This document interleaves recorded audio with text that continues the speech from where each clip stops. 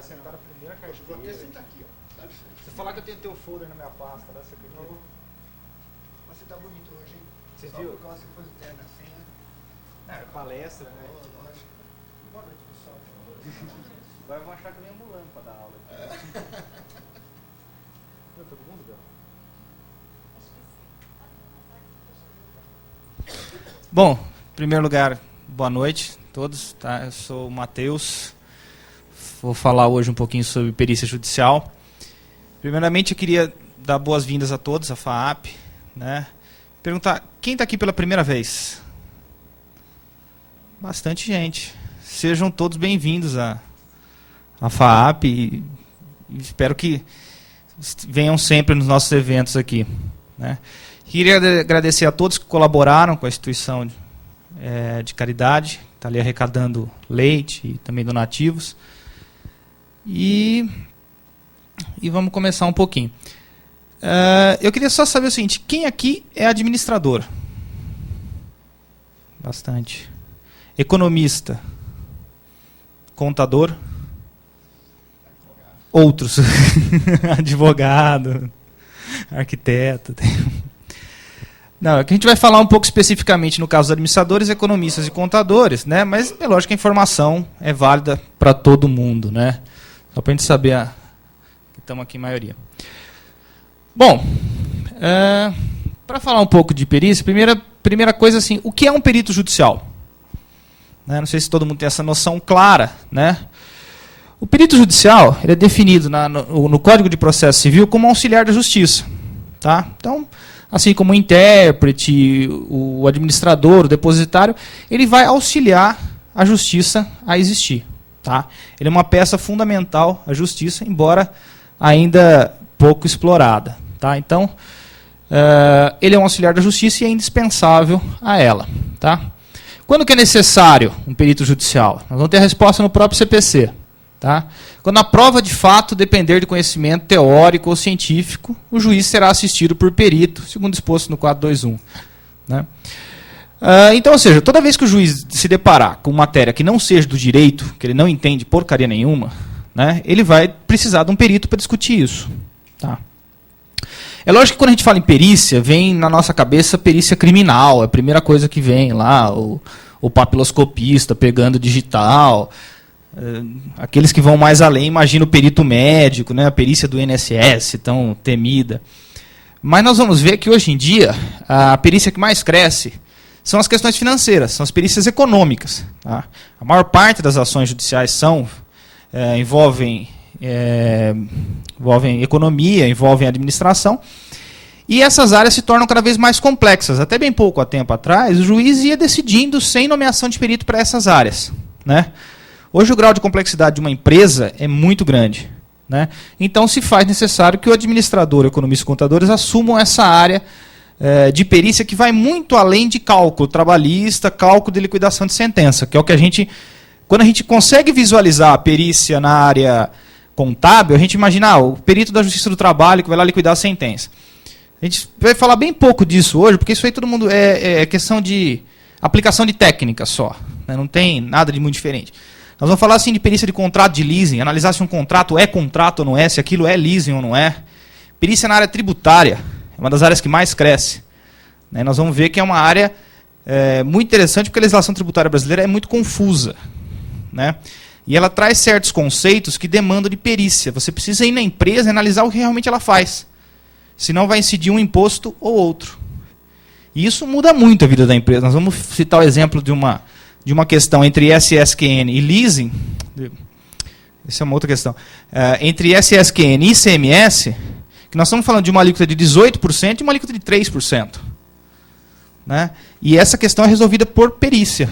Tá? E aí nós vamos começar, eu acho que pelo menos a maior parte das pessoas que ligam aqui na FAAP perguntando sobre o curso de extensão, tem dúvida isso. Quem pode ser perito judicial? Né? Se é fazendo um curso que você vira perito judicial, o próprio CPC define, tá, gente? Os peritos serão escolhidos entre os profissionais de nível universitário, devidamente inscritos no órgão de classe competente, respeitando o exposto no capítulo 5, seção tal. Os peritos comprovarão sua especialidade na matéria sobre que deverão opinar mediante certidão do órgão profissional que estiverem inscritos. Então é o seguinte, quem confere a certidão de perito são os órgãos de classe. Tá? No nosso caso, que nós estamos trabalhando hoje, o CRA, o CRC e o CORECON. Tá? São esses 3 órgãos. Lógico que o CRM também certifica os peritos na área médica, o CREA na área de engenharia, mas hoje especificamente nós vamos falar de perícia financeira. Né?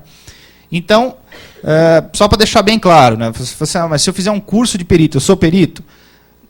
Depende. Tá? Por exemplo, no caso do CRA, simplesmente fazendo um curso aqui, você vai obter o certidão de perito sem nenhum problema. Né? No caso do CRC é a mesma coisa. Você põe teu currículo, eles exigem que você tenha uma qualificação, e no caso do CORECON também. Né? Então, hoje, esses 3 órgãos não têm prova. Tá? O CRC está estudando, talvez, a possibilidade de inserir, mas, a que eu saiba, a curto prazo isso não vai ter. Diferente do CREA, que já instituiu prova. Tá? Então, aqui no nosso caso, tem que estar registrado num desses 3 conselhos. Né? Os 3 têm representação aqui em Ribeirão Preto, então é bem tranquilo. Para quem nunca viu, né, o que é uma certidão de perito, tá? Essa aqui é a minha, que eu escaneei, para o pessoal ter uma ideia de como ela é, de dar um pouco de materialidade. Tá? Então essa aqui é a certidão, foi emitida, essa aqui é desse ano, emitida pelo conselho, tá? Que vai atestar e vai constar as áreas que eu tenho, que eu me encontro habilitado. Então aqui eu estou habilitado para realizar peritagem sobre matérias do campo de administração e seleção de pessoal, organização e métodos, orçamentos, administração de material, administração financeira, administração mercadológica, administração de produção, administração hospitalar, comércio exterior, informática e análise de sistema, relações industriais, cálculos judiciais, bem como outros campos que dessem desdobrarem ou quais sejam conexos. Então, isso no caso, essa é a minha certidão, só para vocês terem uma ideia. Tá? Ficou claro esse ponto, gente? Porque esse é um ponto que muita gente pergunta, liga, de quem certifica o perito judicial. Tá? Onde pode ser utilizado o perito judicial? É lógico, no Poder Judiciário, né, o mais óbvio, todo mundo sabe. Né? Mas tem outros lugares também. As câmaras de arbitragem também utilizam. Muitas vezes o árbitro não detém o conhecimento sobre matéria, solicita perícia. Embora a arbitragem ainda está um pouco devagar no Brasil, já começa a ganhar um certo espaço. Polícia Federal e polícias estaduais também estão utilizando perícia, e perícia econômica, tá? Perícia financeira. Fala, pô, mas polícia, crime de sonegação, né, crime de descaminho, muitas vezes precisa ter perícia mesmo. Né? Estou até com um colega aqui que nós estamos com um caso discutindo a origem da mercadoria, se na etiqueta, se está uma empresa brasileira, se não está. Isso demanda de perícia, não dá para o juiz determinar. Né, a origem de uma mercadoria. Isso envolve um pouco de administração. Ministério Público, federal e estadual, muitas vezes pedem perícia contábil para avaliar a fraude também. As pessoas naturais jurídicas que buscam seu direito no Poder Judiciário ou perante câmaras arbitrais. Essa é uma área que cresce muito, né, das pessoas, antes de entrar na justiça, pedirem uma perícia. Né? Eu mesmo faço para alguns escritórios aqui em Ribeirão Preto uma perícia prévia, para ver se compensa a ação. Porque a ação judicial tem custo e não é baixo. Né? Então, às vezes, tem uma tese maluca, vamos pegar esse financiamento, tirar o juros sobre juros, a gente segura de... Mas será que compensa? Né? Então, alguns escritórios maiores, mais sensatos, não, vamos encaminhar primeiro para o perito, ele vai analisar, ele vai dar a possibilidade, se toda essa questão jurídica que nós estamos alegando, se nós tivermos êxito, qual a diferença financeira? Porque muitas vezes o advogado tem toda uma teoria jurídica sobre o assunto, né? Mas ele esquece de fazer o cálculo. E às vezes ele ganha, mas o percentual de diferença não é compensador. Pelo tempo da ação, pelo custo da ação. Então, muitas vezes eles buscam a perícia antes de entrar com a ação. Né? É uma área que cresce bastante porque dá mais segurança. Né? Normalmente são os maiores escritórios que cobram muito caro. Então, quanto mais eles puderem evitar de gasto desnecessário, melhor. Como é que eu acabei apertando? Deixa eu voltar.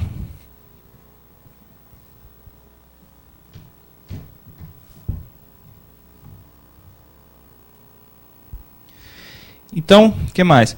Aí nós temos também perante os tribunais tributários. Tá? O TIT, no caso aqui de São Paulo, São os tribunais administrativos, né? Nós vamos ver um exemplo bem em detalhes como é que é uma perícia na área tributária, que é uma área interessante.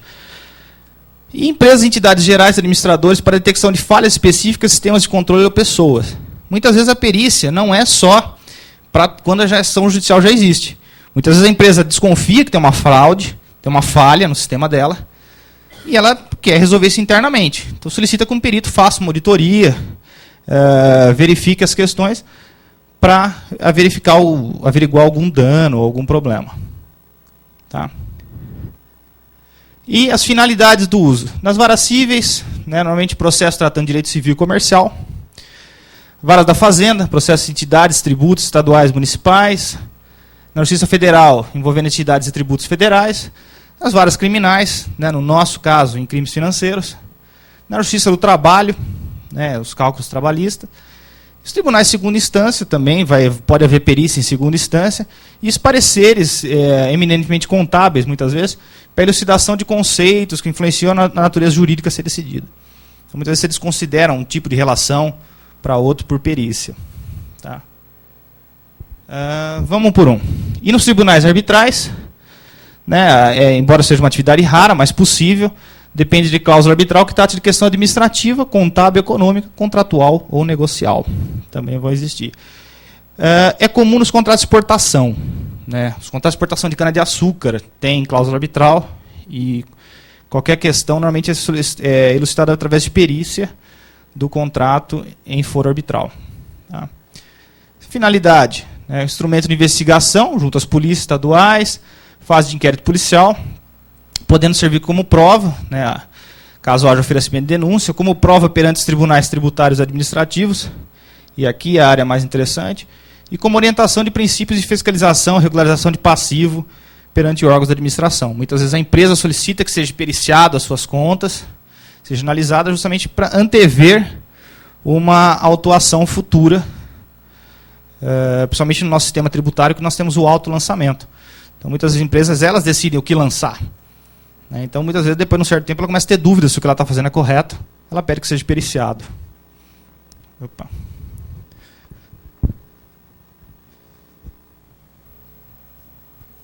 Voltar.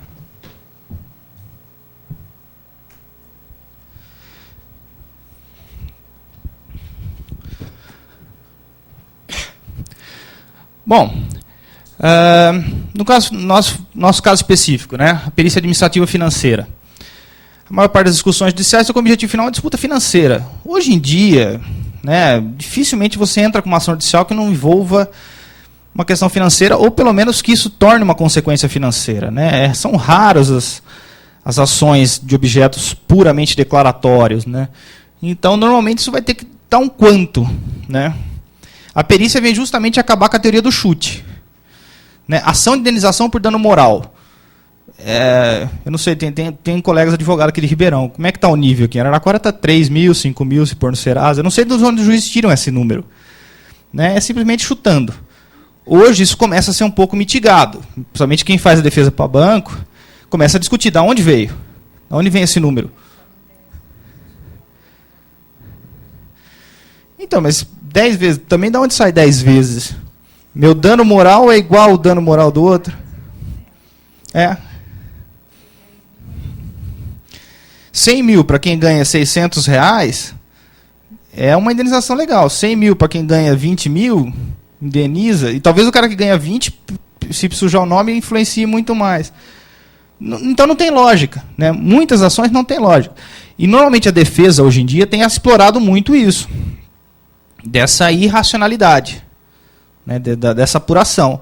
É lógico que para ela fazer isso, ela tem que juntar uma perícia dizendo o contrário. Né? A gente sempre brinca, né? Eu sou advogado também, além de administrador, eu sou advogado. E quando a gente começou a advogar, a gente entrava com ação contra banco, né? O anatocismo, juros sobre juros, não pode, não sei o que, sem cálculo, sem nada. Aí o juiz também dá, não pode, né? Mas não sabia. Aí depois os juízes começaram a não dar mais. Né? Não dava mais liminar, não sei o que. Quando a gente começou a entrar com o cálculo, né? Junta 40, 50 páginas de cálculo. Aí para o juiz dizer que aquilo está errado, ele precisa entender de cálculo. Entender de matemática financeira.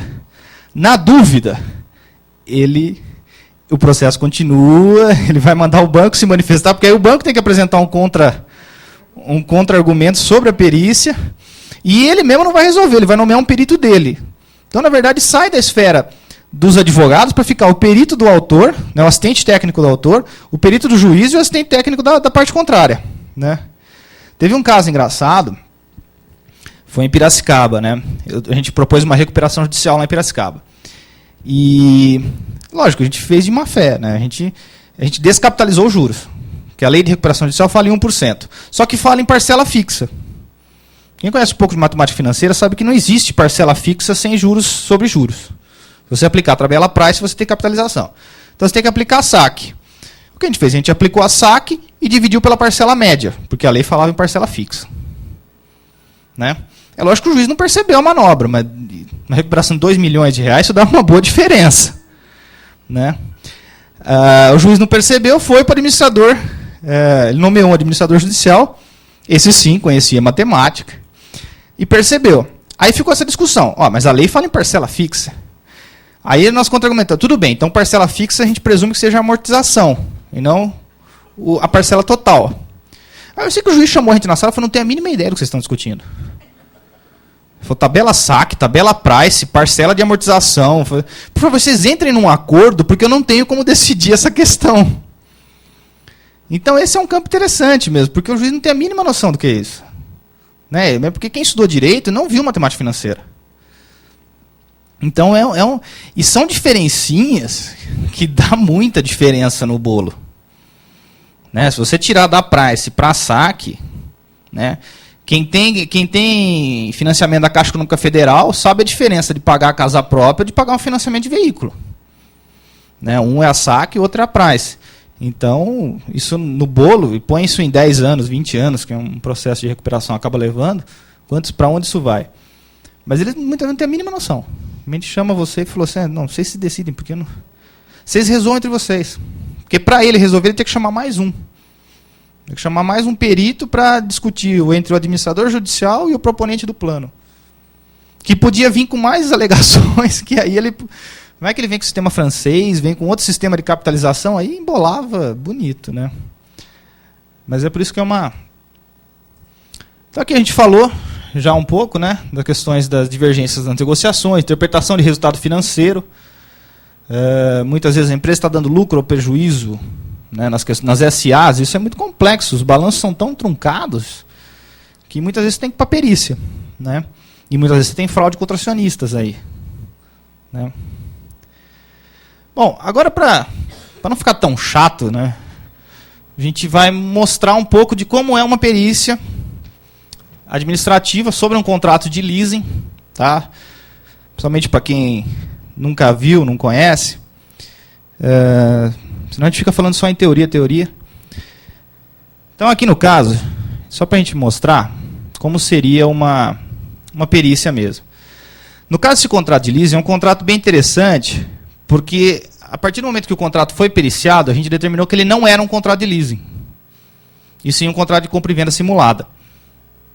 É um contrato da BV Leasing, como eles não me pagam nada, então a gente fala mal deles. Né? Então eu vou te dar uma fundamentação bem legal. É leasing o contrato deles. Então já valeu a pena, viu? Indenização, eles são mestre. Aqui você vai ter as considerações iniciais, toda a metodologia a ser aplicada, tal, mas o interessante é a gente ver como a coisa, né, para a gente sair um pouco daquela perícia, achar que perícia é cálculo. Tá? Então, por exemplo, nesse caso aqui, é que eu não tenho o contrato para mostrar, porque isso aqui foi uma perícia que eu fiz para um colega de Matão, um advogado lá, e eu já entreguei para ele. Então, por exemplo, a gente vai analisar ponto a ponto do contrato. Por exemplo, o contrato não faz referência à prestação de serviço. Né? Quem acompanha direito tributário sabe que a partir de 2009, leasing é serviço no Brasil. A STF já decidiu e paga ISS-QN para os municípios, tem que tirar a nota fiscal. Então, não faz referência tampouco à nota fiscal de prestação de serviço de arrendamento mercantil, devidamente constante na lista. No caso, a lei de Matão foi alterada já em 2010, então já prevê operações de leasing como serviço, então não tem nota. Depois, no contrato, o título prestado em garantia é uma nota promissória. instrumento pelo qual se garante um pagamento futuro, tipicamente usado em financiamento e não instrumento correto, em se tratando de leasing, que seria uma duplicata de prestação de serviço, com aceite, evidenciando não se tratar de uma prestação de serviço de arrendamento. Ainda com relação à nota promissória, foi preenchida no valor de 39 mil, muito superior ao valor do bem, inadmissível no contrato de arrendamento, com o valor da garantia supera o valor do bem, assemelhando-se, uma vez que assemelha-se à locação com opção de compra, né, no caso de leasing. Claramente uma manobra por parte da instituição cedente numa forma de obter título executivo para recuperar o valor principal acrescido de juros. Operação sim possível no contrato de financiamento. Em arrendamento, a propriedade somente é transferida ao final.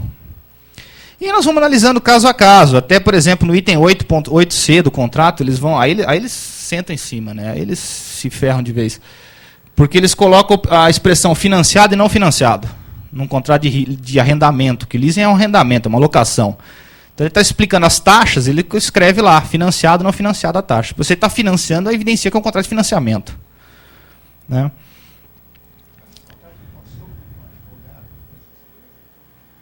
Deve ter passado, né? Mas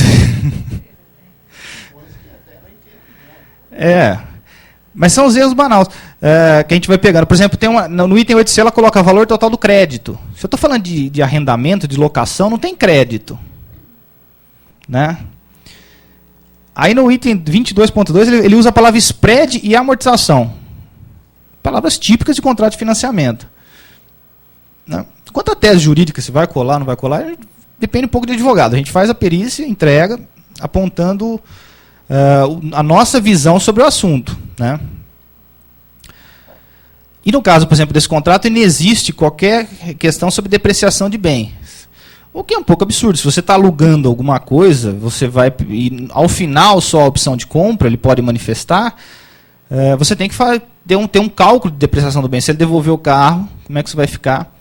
Então eles não falam nada, né? O que é estranho, porque num contrato típico de arrendamento sempre tem a questão de depreciação. Depois ele vai, por exemplo, ele cria um instrumento estranho, intitulado valor estipulado da perca. Aí ele faz um cálculo maluco, se você parar de pagar, se você devolver o bem, como é que isso vai ser? Ele coloca a soma das contraprestações vincendas com as vencidas. Então você tem que pagar o que vai vencer. Como é que eu pago um aluguel que não venceu ainda? Ou seja, é tipicamente um contrato de financiamento. Né? E aí nós vamos concluir tal, que se trata de um contrato de arrendamento, de financiamento. Agora, o interessante, por exemplo, vai ser o seguinte: se não é arrendamento e é financiamento, é simulação. É um contrato simulado. Então, cabe desconstituir o contrato para vigorar o que ele realmente é. Só que no contrato de financiamento é o seguinte: se eu não tenho juros estipulados como juros, e esse erro nenhum banco comete, de colocar juros num contrato de arrendamento. Eles colocam taxa de administração, etc. E tal. Eles vão usar N termos, mas juros eles nunca põem. Como eles não põem juros e não tem expresso, nós vamos aplicar Selic, que é o juros oficial. Né? Isso dá uma diferencinha bem agradável no contrato. Né? Se a gente for aqui para as planilhas, tá? A planilha vai ter vários anexos. Mas a gente vai pegar aqui, por exemplo, o valor médio da parcela era 663, né? Desse contrato específico aqui. E se a gente desconstituir, né? Essa aqui é a previsão de pagamento, parcela por parcela, você tem o valor do crédito, amortização, os dias em atraso, todo o comportamento do contrato. Aqui na planilha 2, a gente já vai fazer uma análise do que ele pagou a mais. Né? Se a gente for aplicar a Selic, né, e nós vamos chegar no valor médio da parcela. Né, que se aplicar a Selic, nós vamos cair para 408,27. É uma diferença razoável. Né? A pessoa tinha parado de pagar esse contrato né? Aqui você tem, aqui a gente está fazendo todas essas atualizações das diferenças pagas a maior no período que ela pagou. Né? Então está dando uma diferença aqui de 370, 365, depende da correção monetária, vai variando mês a mês. Né? Mas vamos supor, ela tinha parado de pagar na 11ª parcela, o contrato dela. Aí a gente, desconstituindo o contrato, analisando que não se trata de um contrato de leasing, de arrendamento, e sim de um contrato de financiamento, e como não tem juros estipulado, vão aplicar a Selic, e ele não deu tanta sorte, ele pegou uma Selic no mês alto ainda. A Selic aqui acho que estava 0, acho que na outra planilha eu tenho o valor dela. mas estava no dos meses mais altos, está igual esse mês. Mas nós vamos pegar, assim, transpondo os valores já pagos, ele passou a ser devedor só na 25ª parcela. Né? Não. Então, quer dizer, ele devia um ano inteiro de financiamento e agora ele deve, semana passada, ele devia 1.246,17. Depositou o dinheiro em juízo e vai ficar discutindo se é ou se não é contrato e depositando 408. Pelo menos essa é a tese que o advogado está apresentando. Agora, o coração não é bem o cálculo. O coração é desconstituir o contrato, fazer uma análise do contrato para saber os termos, se é um contrato de leasing ou não. Né? Agora, é uma diferença grande. Né? É uma diferença grande. Aqui tem no anexo 5 uma estimativa, né, da diferença, né, quanto vai dar. Então, no caso aqui, você está caindo de 40 e poucos mil aí, reais para 22.622, o custo total do contrato. Ele estava pagando 2 carros. Ele ia pagar 2 carros tranquilamente. Né? O que a gente fez foi trazer uma fundamentação um pouco diferente, né, para o contrato de leasing.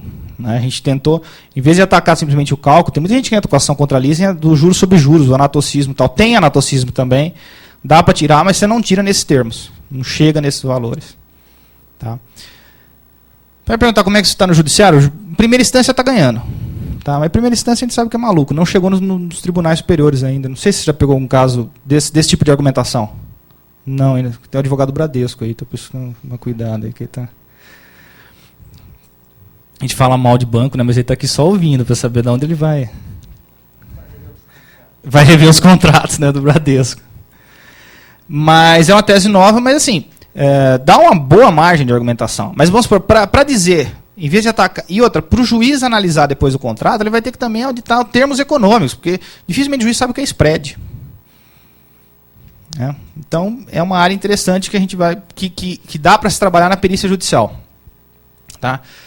Outras áreas, né? Nós temos as áreas mais tradicionais também, nós temos a questão do cálculo trabalhista, cálculo na justiça estadual, cálculo na justiça federal, cálculos tributários, previdenciários, contratos bancários e contratos particulares. Tá? Esses são os principais campos. Tá?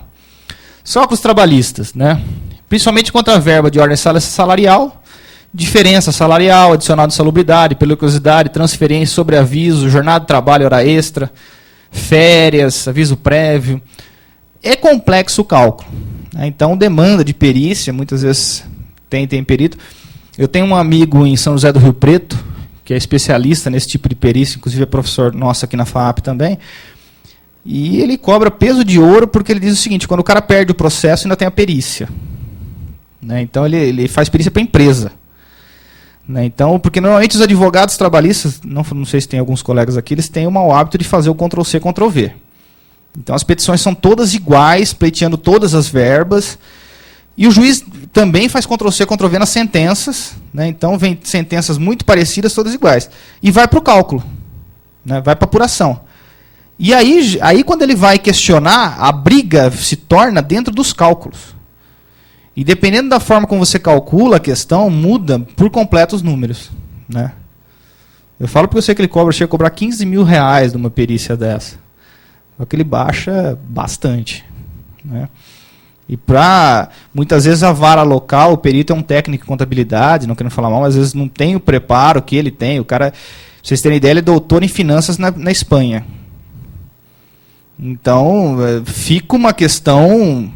Ele janta o cara. Né? E o cara vai na dele e realmente ele consegue um ganho para a empresa de baixar os valores absurdo. Porque as fundamentações dele vai fundamentar, cada item que ele mexe tem 7, 8 laudas de fundamentação. Então, é aí que... Porque aí o mesmo perito judicial, para poder falar não, ele vai ter que fundamentar. Muitas vezes não tem argumentação teórica, tem lá um programa de computador que faz isso, comprou peritos pela internet, joga lá, ele conhece o programa. Né? E sai os cálculos, só que não sai de onde vem aqueles cálculos. Né? E quando você pega um cara que sabe exatamente de onde vem, para onde vai, ele vai brigar número por número.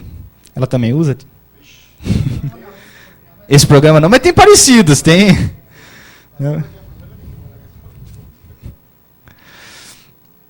tá? Na esfera trabalhista também é uma questão interessante, porque embora pareça muito óbvio, não é tão não. Dá para mexer muito. Né? Semana passada mesmo eu peguei um erro no município, que eu dou assessoria, que estava pagando a mais os funcionários por não saber fazer cálculo de quinquênio. Então, isso numa folha de uma prefeitura inteira, imagina o tamanho do rombo que a gente não pegou. Não vou falar nem a prefeitura, para não ter problema, mas o prefeito já falou, fica quieto, vamos esperar o próximo aumento, a gente tira devagarzinho e ninguém vai percebendo, porque baixar salário. Mas é erro nessa parte, né? Porque muita gente acha que é muito simples, e não é tão simples assim. Tá? Cálculo na Justiça Estadual, também tem bastante, e aí tem uma infinidade muito grande de cálculos que surgem. Tranquilo. Então nós temos aqui a questão, por exemplo, das varas cíveis, vara da Fazenda Pública, vara de recuperação judicial e falência, né? No caso da cidade de São Paulo, nós temos 2 varas específicas só para isso, e aí demanda o administrador judicial, nós vamos falar um pouquinho no final. Então você tem, por exemplo, desapropriação, reparações de dano, indenizações, cobrança, pensão alimentícia, né? E algumas áreas você fala assim, pô, mas tem perícia para indenização, para reparação de dano? Eu falo, aí que está a defesa. É aí que reside a defesa. Quando você causou o dano, você vai brigar agora na forma de quantificar esse dano. Porque a ação você perdeu. Muitas vezes a ação está perdida, mas você ainda tem a margem para discutir o quanto você perdeu. Você tem como brigar. Né? Então, muitas vezes, você cai numa linha de defesa completamente diferente. Em vez do advogado ficar escrevendo que o dano não existiu, ele assume o dano e já parte na quantificação do dano.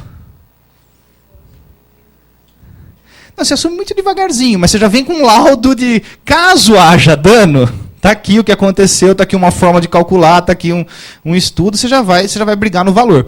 Porque muitas vezes, na maior parte das vezes, o advogado que pede não entra com uma fundamentação de valor. Requer que o juiz arbitre o valor. Né? E talvez não tenha nem fundamento. Hã?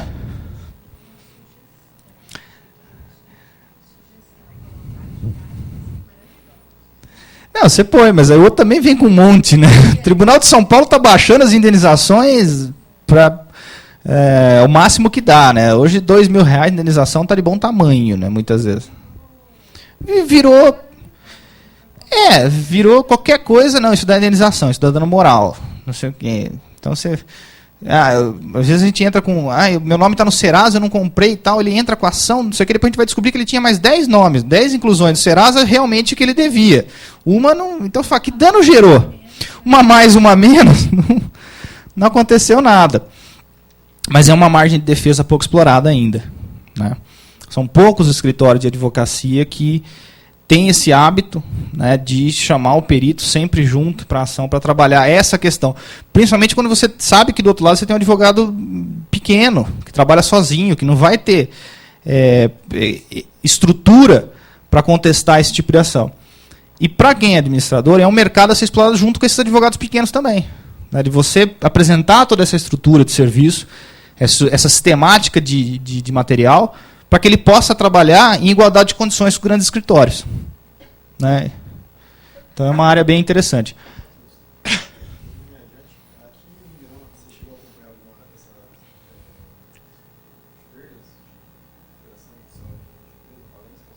Em Ribeirão Preto? Não. Não. Eu acompanhei da Bombril, São Paulo, logo no começo dela. Cheguei a acompanhar até um certo momento, para venda, e cheguei a propor o plano de recuperação judicial em Piracicaba. Aí fui eu que escrevi o plano inteiro, tal, e estou acompanhando até hoje, tal, nós estamos no 3º ano de recuperação dela. Normalmente eu trabalho para a parte. Tá? Existe o administrador judicial nomeado pelo juiz, mas para você protocolar uma ação de recuperação judicial, você tem que propor o plano. Né? E o plano é um plano administrativo. O objeto da palestra hoje não é bem recuperação judicial, só vou falar por cima, mas porque daria uma palestra inteira. Mas se você pegar lá os 16 itens de recuperação judicial, são 16 itens administrativos. Então você tem que ter normalmente se contrata o administrador para fazer, para propor, e o administrador judicial ele praticamente fiscaliza se aquele plano está sendo cumprido. É lógico que, sendo um administrador, um economista, também ele vai propor. Olha, eu acho que isso aqui não está legal, muda aqui. E normalmente tem uma relação bem mais informal. O administrador judicial normalmente me liga, fala, vamos mexer aqui, vamos fazer aquilo ali, o que você acha? Porque não tem uma relação de adversidade. Né? Mas a gente pensa sempre fala em perito judicial, a gente pensa em trabalhar para o juiz. É lógico que é um campo, né? Você pega a sua certidão de perito, protocola nas varas, né? E o juiz nomeia. Só que você sabe que você precisa ser um pouco amigo do juiz, você precisa estar na confiança, né? E é muito melhor remunerado você trabalhar para as partes. Paga muito pouco. Paga muito pouco. Você fica devendo favor e paga pouco. Já com as partes, você é livre em negociação. Nós citamos o caso do leasing, que é um caso, vamos supor, pequenininho. Nós vamos entrar na matéria tributária aqui, e aí vocês conseguem imaginar quanto valeria uma perícia nessa área tributária. Né?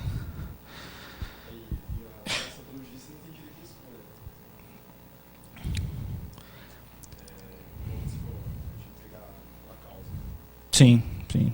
Pelo juízo você pega o que vem, né?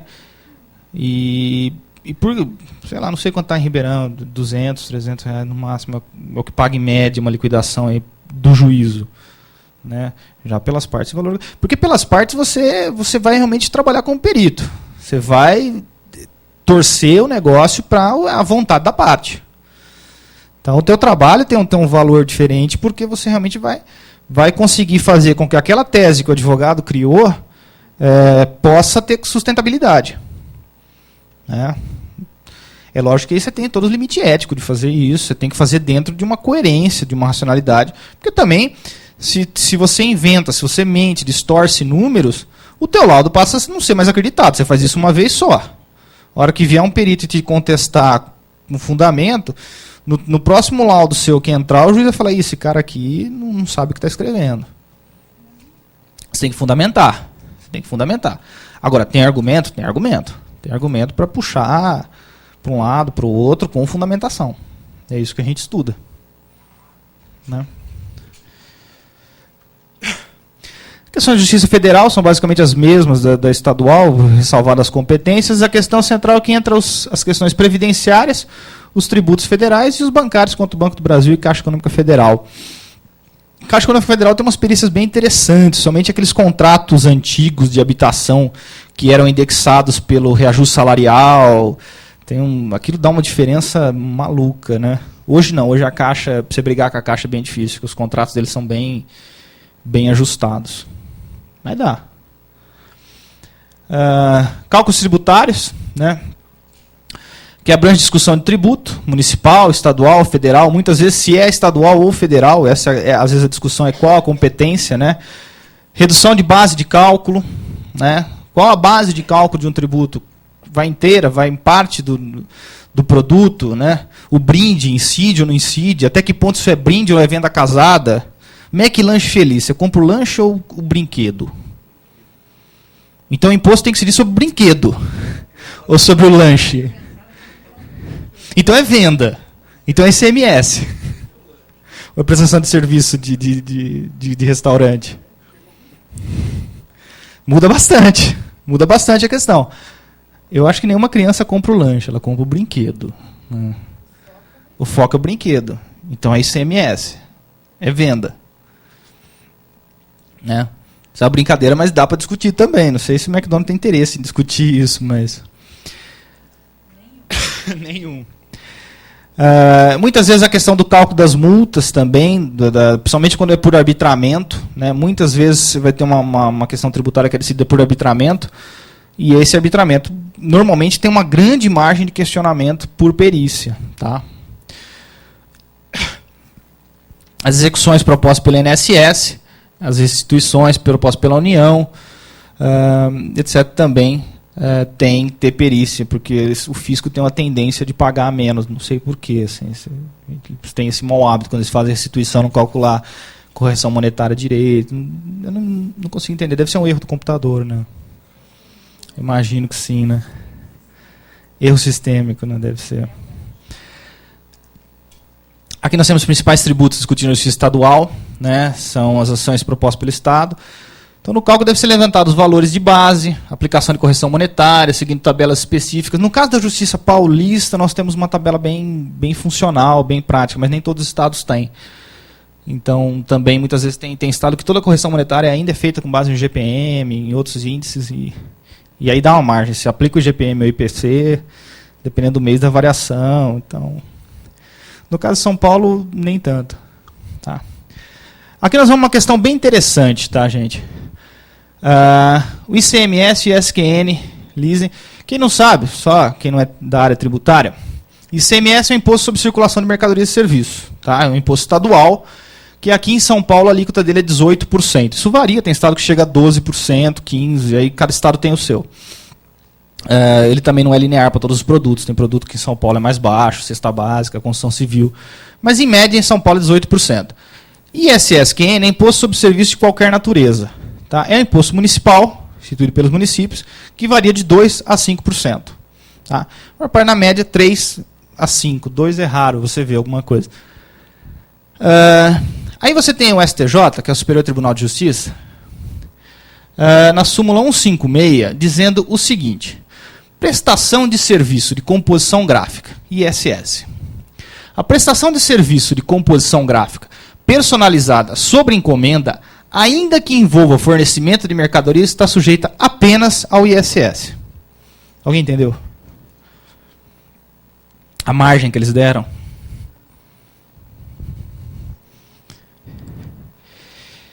Se a gente pegar a questão de embalagens, tá? Embalagem hoje em 2011. Alguém conhece alguma embalagem que não é personalizada? Não existe mais caixa branca, não existe mais lata branca rotulada, toda litografada. Todas as embalagens são feitas sobre encomenda. Todas as empresas hoje trabalham em just in time. Primeiro ela pega o pedido para depois produzir. Né? Então, embora a súmula seja de 96, eu acho que naquela época ainda tinha um pouco de embalagem genérica, mas a súmula está em vigor. Né? E ela vem a questão, ainda que envolva o fornecimento de mercadorias. Então, ou seja, se a composição é gráfica, personalizada, sob encomenda, mesmo que envolva, incide ISSQN. Então vamos imaginar a diferença que isso dá, por exemplo, no estado de São Paulo. Né? Você sai de uma alíquota de 18% para uma alíquota média de 3% a 5%. Se for em Ribeirão Preto, é 3%. Nós temos uma diferença de 15%. A empresa que tem uma margem de lucro de 15%, é uma margem fantástica.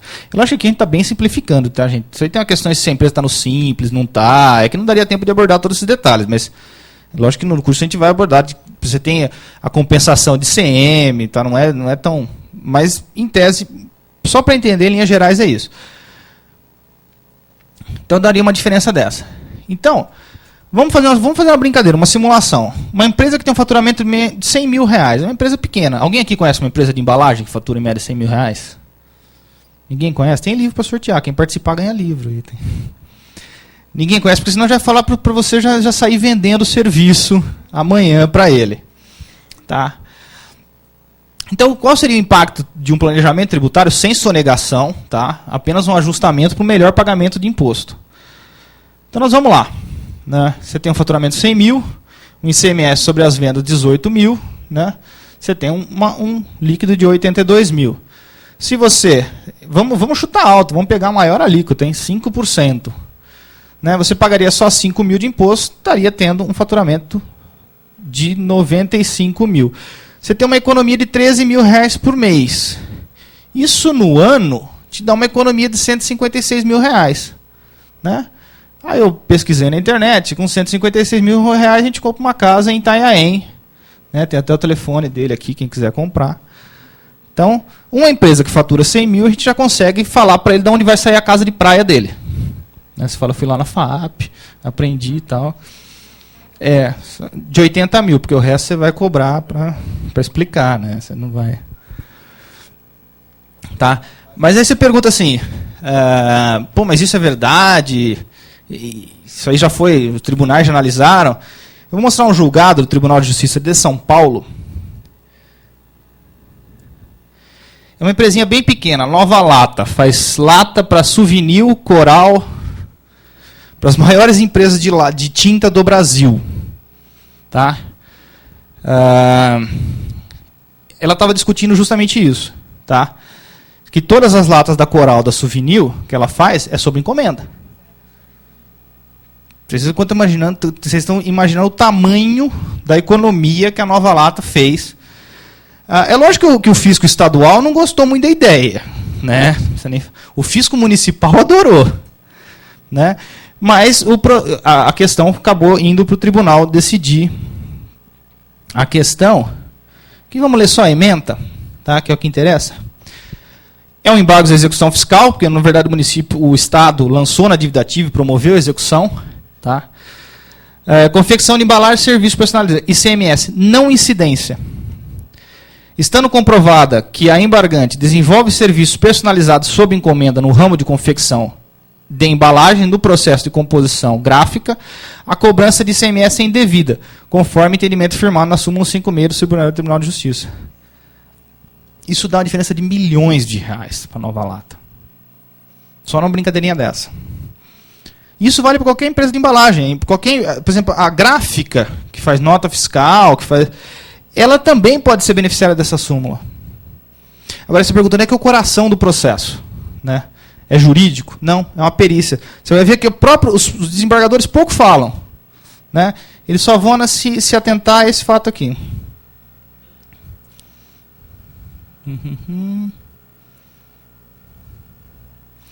É o relatório, né?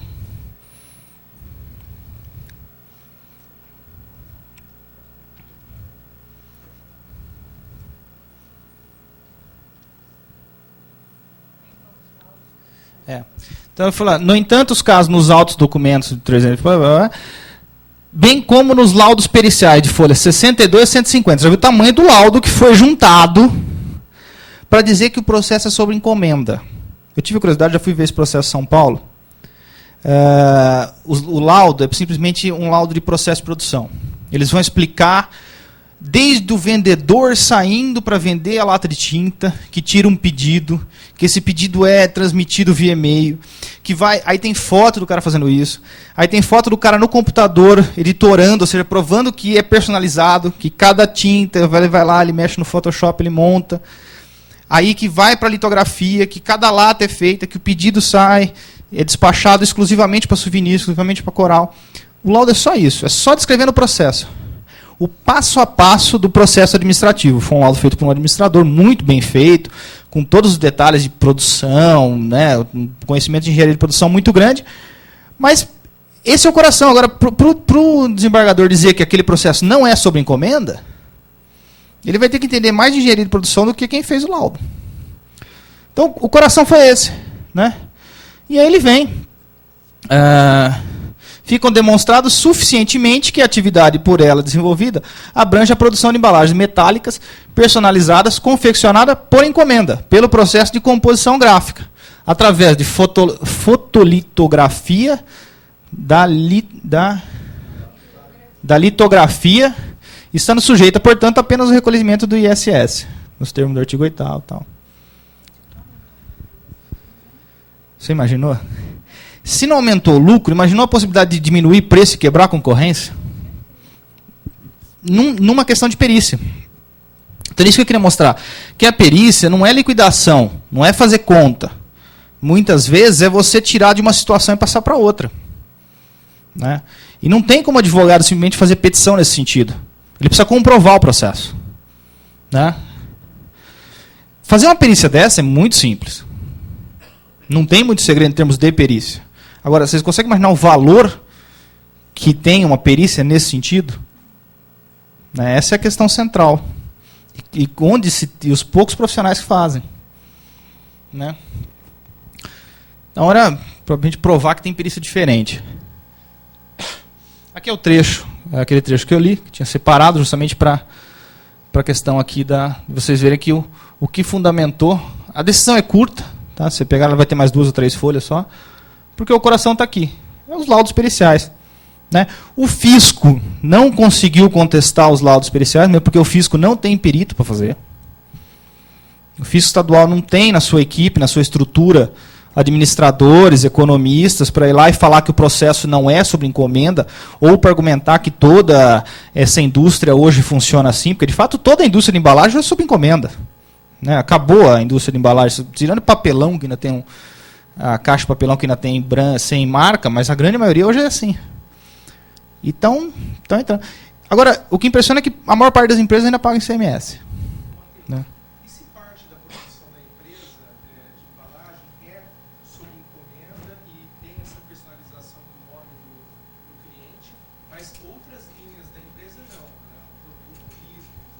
Pague CM. Aí Pague CM. ser unicamente Porque a súmula fala sobre encomenda, né, personalizado. tem que ser o ramo de atividade da empresa. Não. É em cima do produto. Se a empresa pode ter objeto social da Nova Lata, lá, empresa de embalagem, não sei o que, metálica, Nova Lata S.A. Tá, esse é o objeto.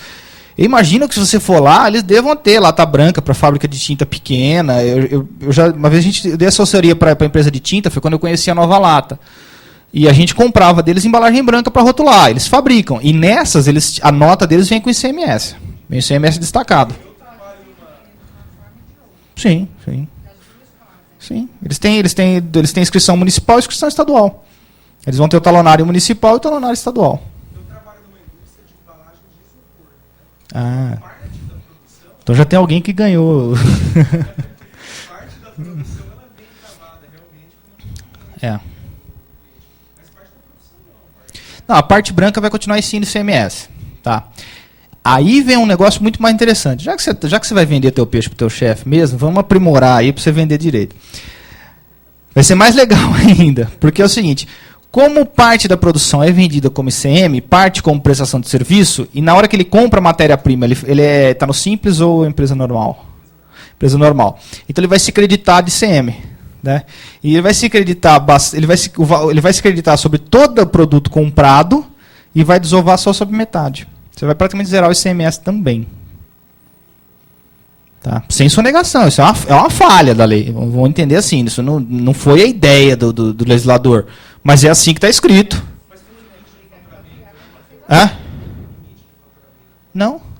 A Nova Lata acho que fatura 4 milhões mês, uma coisa assim. É uma coisa assim. Declarado.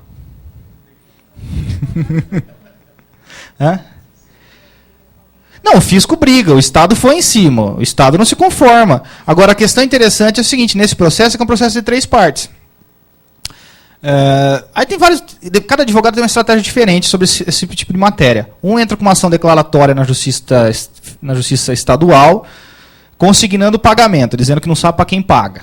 E aí prefere ter a segurança jurídica, depositar o valor integral e esperar uma decisão. Ou como fez a Nova Lata, olhou a súmula, contratou um perito, fez todo um laudo, tinha documentação que resguardava ela, que o processo dela era realmente por encomenda, pelo menos de uma boa parte, né? E simplesmente começou a recolher o ISS. Né? O município dela não reclamou. Né? Nunca vi município reclamar por aumento da arrecadação. Quando o Estado reclamou, porque perdeu uma fatia muito grande, né? Talvez a tua empresa o Estado não venha atrás. Né? Eu conheço, por exemplo, gráfica pequenininha em Araraquara que recolhe SSQN, o fisco no estadual nunca foi lá. Não vale a pena nem brigar. Mas foi o que eles fizeram, começaram a recolher. O fisco foi e autuou. E eles foram discutir. Né? Quando eles foram discutir, é uma questão interessante, porque ele vai discutir, ele me processa. Ele processou a Nova Lata. Primeira coisa que a Nova Lata faz é chamar o município para o processo. Então vai estar você defendendo a teoria de que é ISS. E vai estar o município defendendo a teoria de que é também. E provavelmente ele ajudou o procurador do município a fazer a peça. Né? Não sei se diretamente ou encaminhou alguns pareceres de renome, porque você tem o interesse do município. Então é uma linha de 2 contra 1. É uma questão interessante. E como o juiz muitas vezes está na cidade, o próprio município vai te ajudar, vai ter pressão em cima do juiz. Você leu, vai o procurador municipal lá, nós estamos falando de uma arrecadação violenta. Você vai o procurador do município, você viu, essa súmula está clara, né? Você viu o laudo lá, então tem 200 páginas de perícia, não tem dúvida de que o processo é sob encomenda. É um processo interessante, é uma questão interessante que dá. É 156, se eu não me engano, 156 do STJ. Esse processo da Nova Lata, eu acho que faz um tempinho já, não muito. Eu tenho aqui na...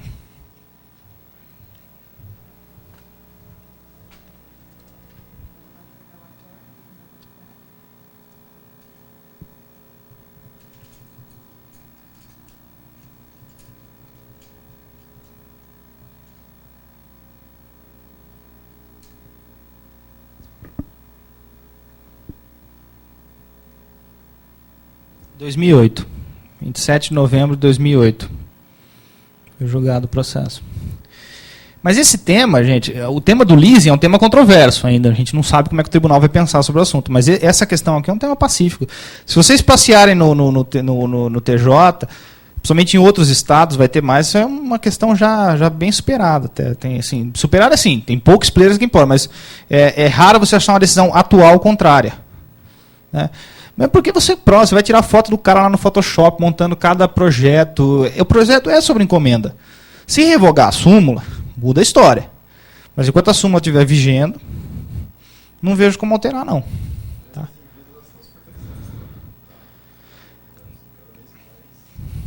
Cada vez mais está mais difícil sonegar. Né?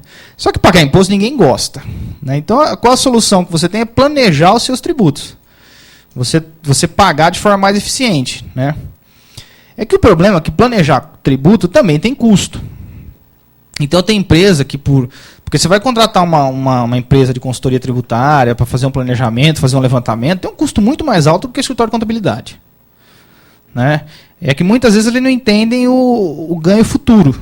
Né? Hoje esse mercado é explorado de uma forma um pouco diferente. Normalmente são explorados da seguinte forma. Pessoas como o nosso colega ali que já está anotando tudo agora, né? Agora pegou interesse mesmo.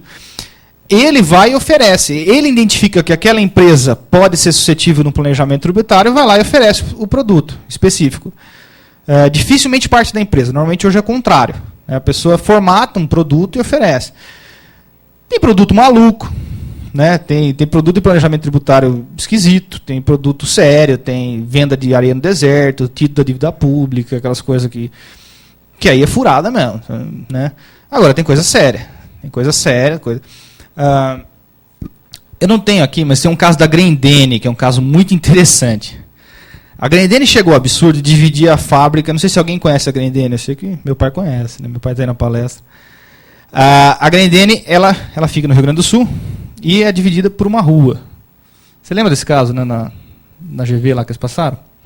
Esse é o pior caso. Ela dividiu a fábrica com uma rua no meio, mandou fazer uma passarela em cima e montou duas empresas. Uma no lucro real e uma no presumido. Isso não precisa nem falar o que acontecia, né? Toda despesa ia para o lucro real e todo lucro ia para outra. Mas elas eram divididas por uma rua. Tinha uma rua da prefeitura. Ela doou, gentilmente ela doou a área para a prefeitura fazer a rua, né, de muito bom grado. Só pediu autorização de fazer uma passarela para poder continuar a linha de produção dela. São duas empresas diferentes.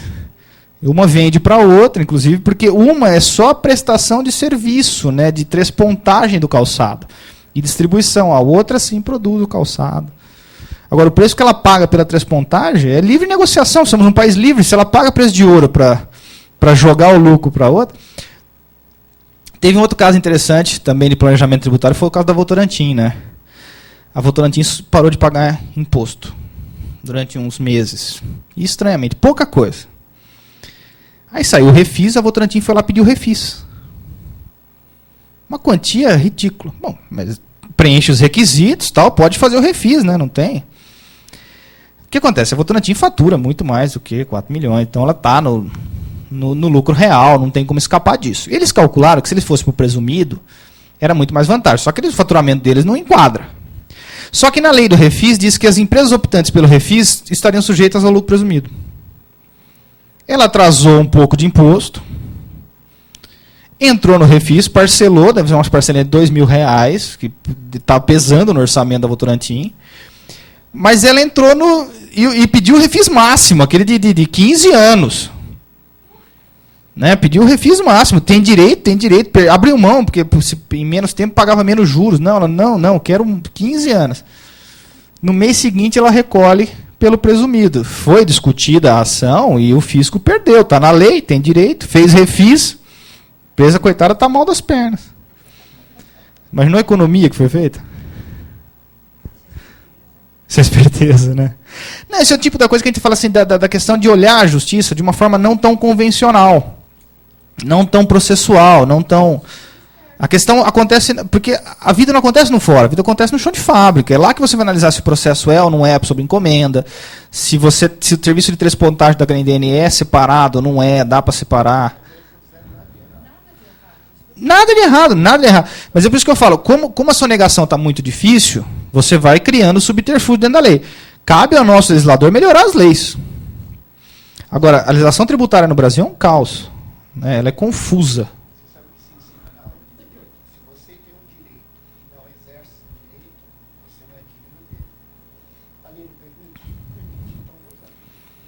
A questão é que muitas vezes a gente não consegue visualizar essas questões, né? Isso que a gente precisa estudar com calma para enxergar essas questões específicas. De você pegar uma súmula, por exemplo, que quando foi pacificada, foi feita pelas gráficas. A ideia, a origem daquela súmula 156 são as empresas gráficas. E que na época, ela é de 96, mas ela vai refletir uma realidade dos anos 80. Né? Então, eles estavam achando que era o papel do santinho, o papel da folhinha. Eles não imaginavam que ao redigir mal redigido, isso ia implicar na indústria de embalagem. Que não é uma indústria tão barata, não, porque o papel representava pouco realmente. O serviço de, na época, quem aqui é um pouco mais jovem há mais tempo, lembra que o mais caro era a impressão, muito mais do que o papel. Né? Hoje, com os processos tecnológicos, a impressão não é tão mais cara. Então, quando a súmula foi feita, a ideia era essa, o custo é irrisório, aplica-se o ISSQN que é mais fácil, vai para os municípios e tal, porque realmente a prestação de serviço era a maior parte. Hoje já não é mais. Né? E as embalagens ficaram extremamente sofisticadas. Né? Você tem embalagem, quem aqui trabalha para embalagem premium, né? Tipo, por exemplo, Cacau Show, por exemplo, custa mais caro a embalagem que o chocolate. Você compra a embalagem. Então, aí o custo da embalagem subiu muito.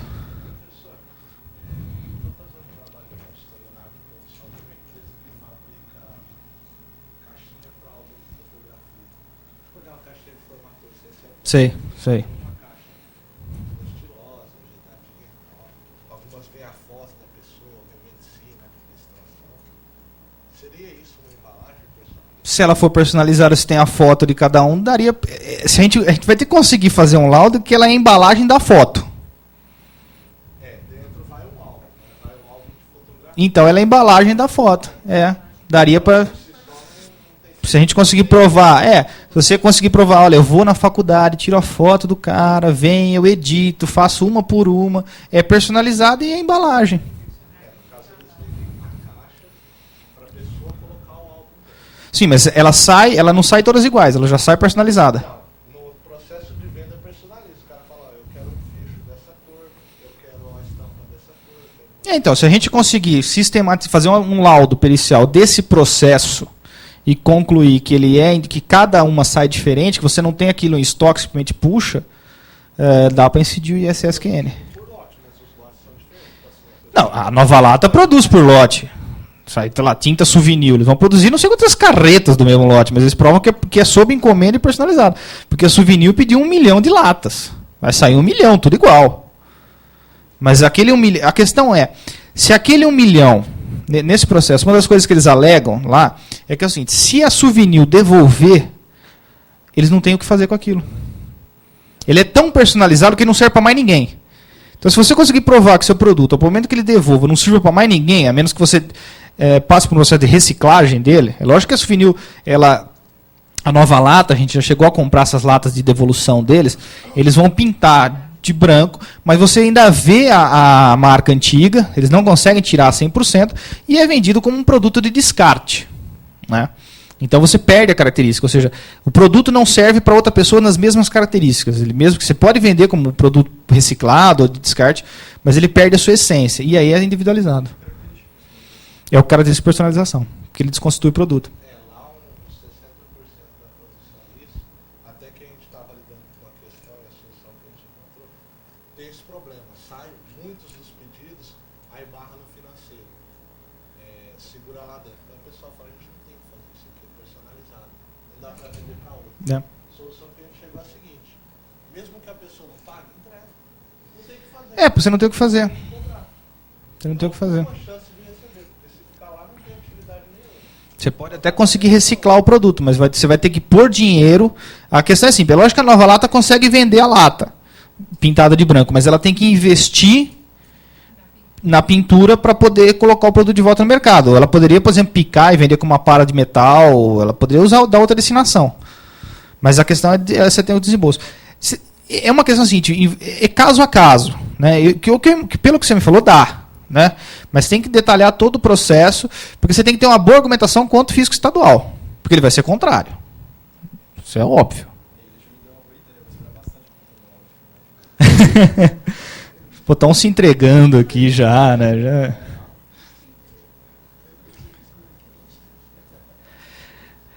Então, só para a gente continuar um pouquinho, né? Também a perícia judicial vai envolver os cálculos previdenciários, tá? Isso é uma questão bem comum, acho que todo mundo já ouviu falar do perito do INSS, que vai fazer aquele cálculo e tal. É bem complicado, mas é uma questão mais de aplicação de finanças mesmo, tá? Contratos bancários, a gente já mostrou o exemplo do leasing, mas tem outros exemplos, né? O CDC, o cheque especial, a conta garantida, capital de giro, sistema financeiro da habitação, o arrendamento mercantil, que é o leasing, e outros. Então a metodologia do cálculo difere do tipo de contrato que ele está sendo questionado, mas a pura diferença, a mesma é atualizada pelo fator judicial estadual federal aplicado aos juros de mora. Então, cada contrato você tem uma forma de quebrar ele, de tentar regularizar diferente, você tem teses diferentes, e muitas vezes você tem que fazer uma perícia sobre encomenda. Né? Ou seja, o advogado desenvolve a tese da desconsideração, por exemplo, e aí você vai falar assim, se desconsiderar, o que acontece? Né? Então, muitas vezes, no caso de capital de giro, muitas vezes tem que simular uma série de coisas. Quando o banco se apropria, né? Então, são perícias às vezes complexas. Já aconteceu do banco se apropriar de pagamento de cartão de crédito. Né? Cai a fatura do cartão de crédito da pessoa, do lojista, no caso, entra o dinheiro, e o cara está devendo numa outra conta, um outro contrato, e o banco vai lá e pumba. Né? E aí você faz não só o cálculo da restituição disso, mas você vai calcular quanto que afetou o capital de giro dele, quanto ele deixou de comprar. Então, é um cálculo todo complexo, depende da teoria que o advogado vai explorar. Tá? Mas são questões, quando você envolve um comerciante, você não é só questão de devolver o dinheiro. Mas, peraí, seria meu capital de giro, além de ter o crime de apropriação indébita, no caso, mas você vai falar, isso me prejudicou. Olha, eu comprava 50 fardos de Coca-Cola por semana. Essa semana eu só consegui comprar 40, deixei de vender 10.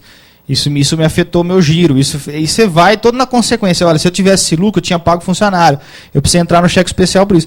E aí vai embora, né, numa discussão que normalmente o banco vai fazer um acordo. Né? Porque a hora que você entra com uma petição exorbitante, assim, não exorbitante, mas assim, com um nexo causal bem complexo, ele vai partir para o acordo e vai alinhavando.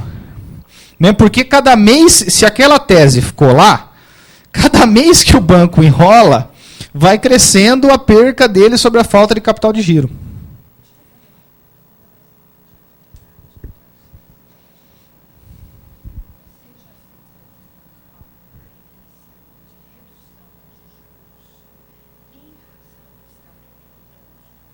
Não. Em razão do estatuto do idoso. É uma tese interessante, mas não...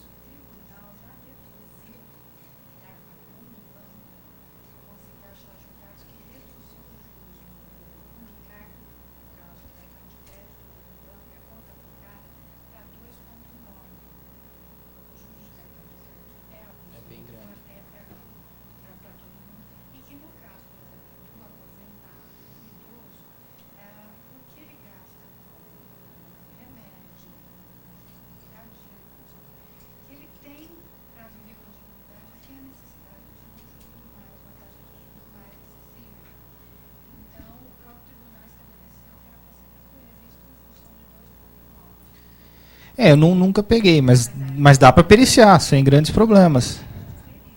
Depende de perícia. Mesmo porque você vai, pelo que eu estou entendendo o raciocínio, você vai falar um pouco de expectativa de vida, você vai calcular sobre índices de... qual o índice médio de vida do brasileiro, então ele não vai ter condições de pagar isso nunca, você vai ter que trabalhar com esses dados aí. Mas dá para perícia. É uma questão a ser resolvida por perícia. Sim. Você vai ter que recalcular tudo.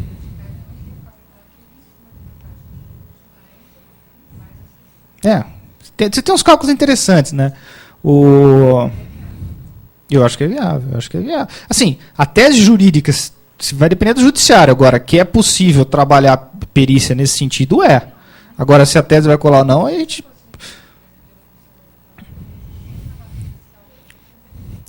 Tem que ser um trabalho pericial bem feito e recomendo que a petição já entre com a perícia, porque senão vai ficar muito solta essa tese, porque essa tese é um pouco... Você está forçando um pouco a barra, né? Então, se ficar muito solto e pegar um juiz mais tradicional, por exemplo, ele vai deferir de plano. Né? E não vai dar tutela, que é o que às vezes que te interessa, um pedido de liminar, alguma coisa assim. Ou que autorize o depósito em juízo a menor. Né? Então, que é reposição. Mas eu recomendo que entre com a perícia, senão fica muito solto, porque assim, o argumento jurídico é tênue, né? Você está forçando um pouquinho a barra, né? Mas, não, então, se eu falo, tudo depende de fundamentação. É que tem teses que vão mudando o entendimento, né? O anatocismo mesmo, aquela petição clássica lá, todo mundo deve ter visto. A dignidade da pessoa humana, vai falar de juro. Você entra e aquilo e nada dá na mesma, né? A contestação do banco já vem com igual, já. Então você tem que entrar com ações diferentes, você tem que atacar especificamente. Se você atacar muito genéricos os contratos bancários, fica muito fácil a defesa. Né? Você tem que atacar individualmente cada contrato. E aí cada contrato é diferente. Por exemplo, essas brechas que o BV deu, outras empresas de leasing já não têm. A do BV é a mais falha. De todos os contratos de leasing, o mais falha é o da BV. Outros já são bem mais estruturados. Somente escrever não financiado num contrato de leasing. Isso é um erro grosseiro. Né? Então, cada caso é um caso. Por isso que tem que ser analisado. E por isso que tem campo para perito judicial, justamente para poder analisar esses casos. Né? Então, aqui a gente falou dos contratos bancários. Os contratos particulares também muitas vezes podem... ser objeto de perícia judicial, né, ou de perito. Então, os contratos de financiamento direto, as dívidas, os contratos sociais de empresa, plano de saúde, a questão das construtoras, muitas vezes, isso aqui tem muito problema também, tem muito contrato falho. Né. Não só de entrega, mas às vezes de forma de cálculo, né, eles enfiam umas taxas malucas e aí financiam a taxa... Aí põe junto, aí isso paga, isso não paga, isso aí. Então tem muita coisa que dá para questionar, né, do real objeto do que eles estão vendendo. Porque se tende a maquiar as coisas no Brasil. Eu não sei, não seria muito mais justo falar, você tem que pagar a comissão do corretor, que é 10%. Não, a comissão está inclusa, não sei o quê, mas você paga essa taxa para o agente da Caixa Econômica. Sabe, fica disfarçando muito e aí você cai num... E muitas vezes, por exemplo, o banco faz a questão do leasing de banco é porque ele não quer pagar IOF, porque esse financiamento paga IOF. Então ele põe lá como leasing e te soca o leasing. Quem faz um contrato de leasing, vamos ser honestos, quem aqui comprou carro por leasing? Ninguém comprou um carro por leasing? Tem aí. Uma série de gente já comprou. Você queria financiar mesmo. Você não queria fazer um arrendamento do negócio. Você não queria devolver para ele no final. Você queria financiar, o banco queria financiar. Só que está escrito leasing para fugir do IOF. Né? Para fugir de outras questões, de outras taxas. Para o banco para aumentar um pouco a garantia, um pouco mais fácil de retomar o bem. Então, essas questões que a perícia vai discutir. Né? Uma outra área interessante, cresce muito, é a questão da avaliação de empresas, né? Uma área bem tradicional já de perícia. Quanto vale uma empresa? Avaliar o patrimônio é relativamente fácil, mas a inserção no mercado, você vai ter técnica para tudo isso, que é uma área que cresce muito, principalmente trabalhando junto. Hoje começam a ter as primeiras corretoras de empresas, né, que vendem CNPJs, não o prédio da empresa, mas sim o market share da empresa, o espaço que ela tem no mercado, a linha de fornecedores, a carteira de clientes, né? Factories começam a negociar as carteiras de clientes, começam a ressegurizar essas carteiras. Então, quanto isso vale? Isso não é tão simples, tem técnica para fazer. Tá? E é uma área bem interessante também. E muitas vezes eu já vi peritos que cobram, às vezes, porcentagens do valor. Lógico que 0, qualquer coisa, mas do valor da empresa a ser analisado, ou o valor da transação. A área de auditoria, né, o exame analítico pericial que acompanha procedimentos, desenvolvimento de operações em diversos campos das ciências, visando determinar correção ou legalidade, né, então também é uma área interessante de auditoria preventiva, né? Antes de ter problema com o fisco, eles vão falar assim, onde o fisco pode dar problema? Né? Eu mesmo já cheguei a fazer esse tipo de auditoria, lógico que uma empresa espanhola e que acha o sistema tributário brasileiro um caos. Os espanhóis não se entendem. A sede deles na América Latina é no Uruguai, então também não entendem o Uruguai, né? Porque é pior que o Brasil. E aí, eles contrataram na época 3, sem a gente se conhecer e sem saber o nome da empresa, e só passava o caso, o produto entra no estado de Goiás, vem para São Paulo, põe isso aqui, entra pelo Porto Tubarão, tem tudo, era complexo a operação, para dar um parecer. O que o fisco pode entender cada caso. Então você fala, se fizer isso, o fisco entende isso, o fisco de São Paulo entende assim, o de Goiás entende assim. E eles contrataram mais de um, a gente não se conhecia, justamente para ver se batia as informações. Então, as multinacionais usam esse tipo de perícia, né? Elas parece prova. É engraçado. Primeiro, quando eu vi, parecia prova de faculdade. A vende para B, que entra em C. Assim, o fisco estadual atuou no posto de São Paulo. O que acontece? Se ele atuar no... Parecia meio exame da OAB, que eu tenho uma prova no meu exame da OAB que fiz tributário na OAB, né? Assim, um sorveteiro está com um carrinho de sorvete e passa de São Paulo para o Rio. Incide ICMS sobre o sorvete, sobre o carrinho. Sabe aqueles casos bem de esdrúxulo? Eu não conheço nenhum sorveteiro que recolhe ICMS. Né? Então, mas é uma área que cresce, viu? Uma área bem interessante para as empresas sérias que querem ter segurança. Elas costumam pedir isso regularmente para checar se as operações dela podem ter entendimento divergente. Auditoria contábil, né, uma área clássica, né, que é o exame analítico, pericial, voltado para as operações de registros contábeis, né, do que está nos livros, né, um pouco diferente da auditoria. A auditoria é a hipótese. Se fizer isso, pode acontecer aquilo outro. Digo administrativa, né? E a auditoria administrativa financeira, aí sim das aplicações de recursos financeiros, se os procedimentos têm a rentabilidade interessante. Muitas vezes essas auditorias aqui financeiras falam assim, é melhor fechar a empresa, aplicar o dinheiro, que o lucro seria maior. Elas vão analisar essas questões, se as operações dela, frente ao mercado financeiro, são lucrativas ou não. É perigoso, se mal feito, acontece que nem a Sadia. Né? A Sadia era muito mais forte que a Perdigão, contratou uma das maiores empresas de auditoria administrativa financeira, que jogou a Sadia praticamente para o mercado de investimentos, mais do que para a produção de carne, de frigorífico, que era o ramo deles.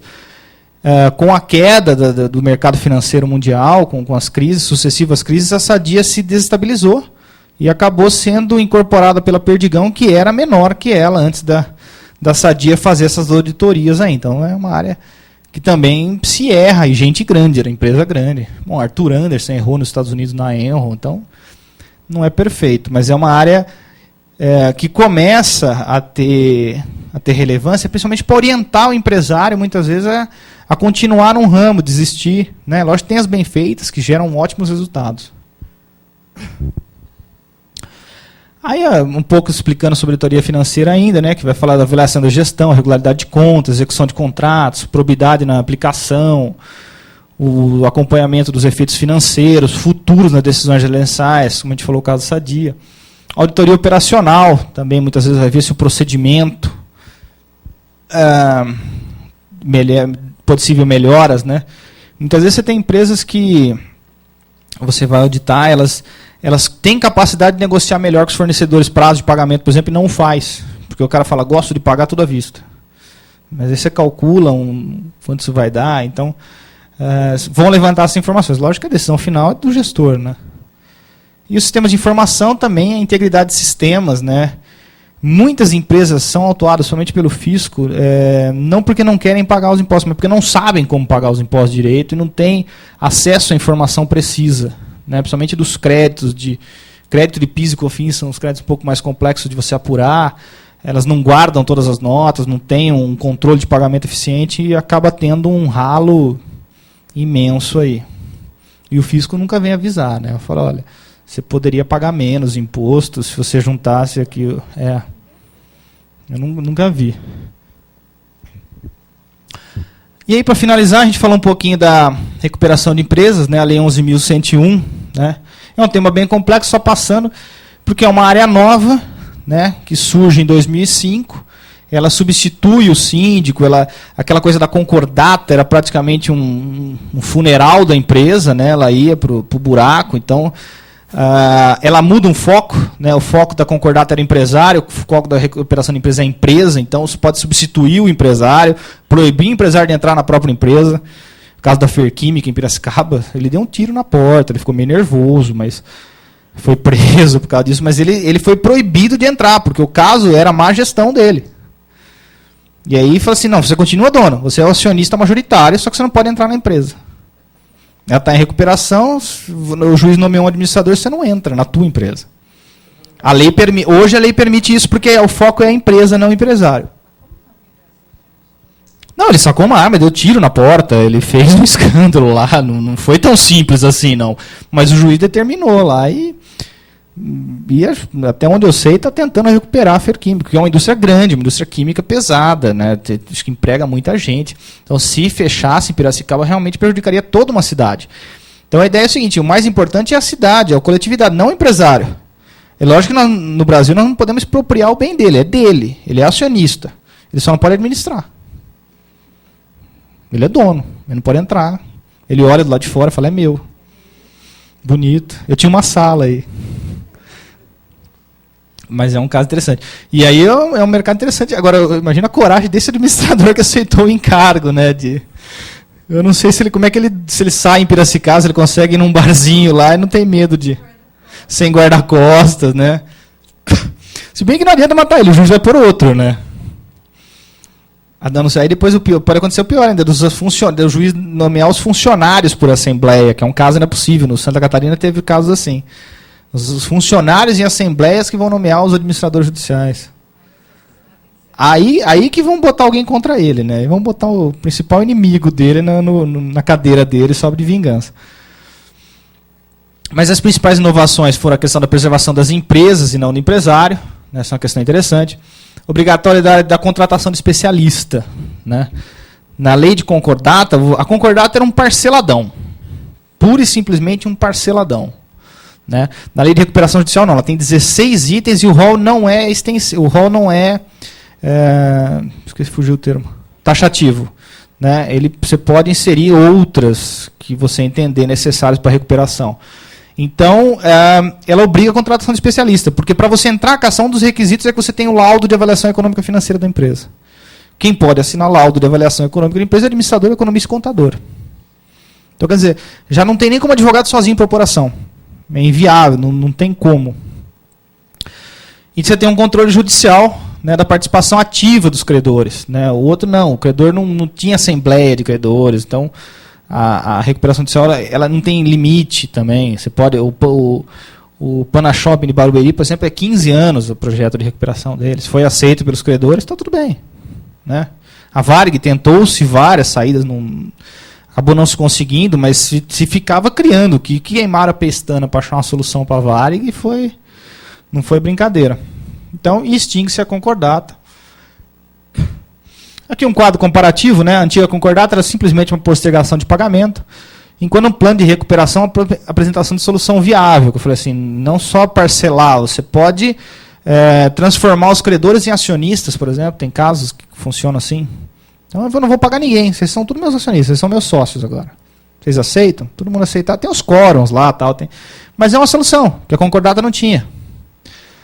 É uma cópia da lei espanhola, tá? A gente é uma influência muito forte e essa lei na Espanha, ela tem já 20 anos e ela realmente transformou a Espanha no que ela é.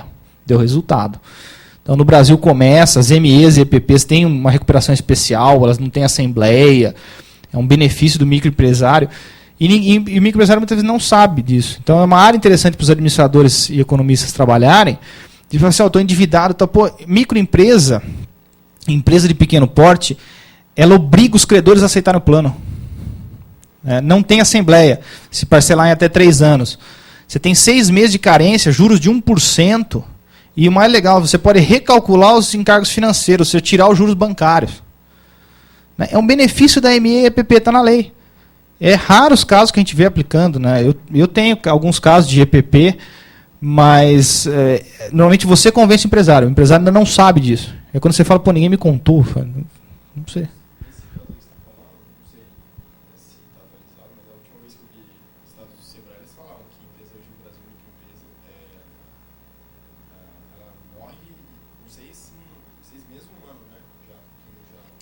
Você tem essa mortalidade de empresa. É muito fácil abrir uma empresa no Brasil. Né? Então, muita gente que monta empresa sem o mínimo preparo. Para você pleitear um plano de recuperação judicial, também você precisa estar 3 anos no mesmo segmento. Você tem todo. Não é qualquer empresário também. Né? Senão eu abro uma empresa hoje, não pago ninguém e vou pagar em 3 anos.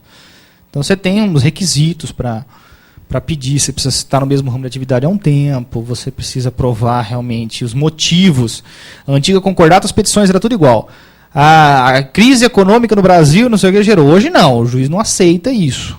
Né? Você tem que provar os motivos para ele deferir o teu pedido de recuperação judicial, você tem que provar o porquê. Então não dá para ser tão genérico assim. Uma coisa legal também é que acabou o pedido de falência como forma de execução. Né? Antes a empresa te devia, você ia lá e pedia falência. Ou paga em 24 horas ou fale. Hoje, se você fizer isso com a nova lei, você toma uma indenização ainda. Se a empresa tem condições, tem patrimônio, você só não pagou um cheque de R$1.000 e tem 1 milhão em patrimônio e você não promoveu a execução, você foi direto no pedido de falência dela, você toma indenização. Então a coisa ficou bem mais sensata, bem mais séria. Mas deu muito mais amplo. Ficou muito mais amplo. Tanto que na antiga concordata era chamada de síndico. Síndico da massa falida. Né? Na verdade era um síndico mesmo, ele só tomava conta. Vendeu a mesa, vendeu não sei o quê. Hoje não, a lei chama de administrador judicial e a própria lei já diz que pode ser o advogado, e aí foi um pouco que veio do síndico, que o síndico era um advogado, mas aí introduziu o administrador, o economista e o contador. Foram introduzidos como os possíveis administradores judiciais.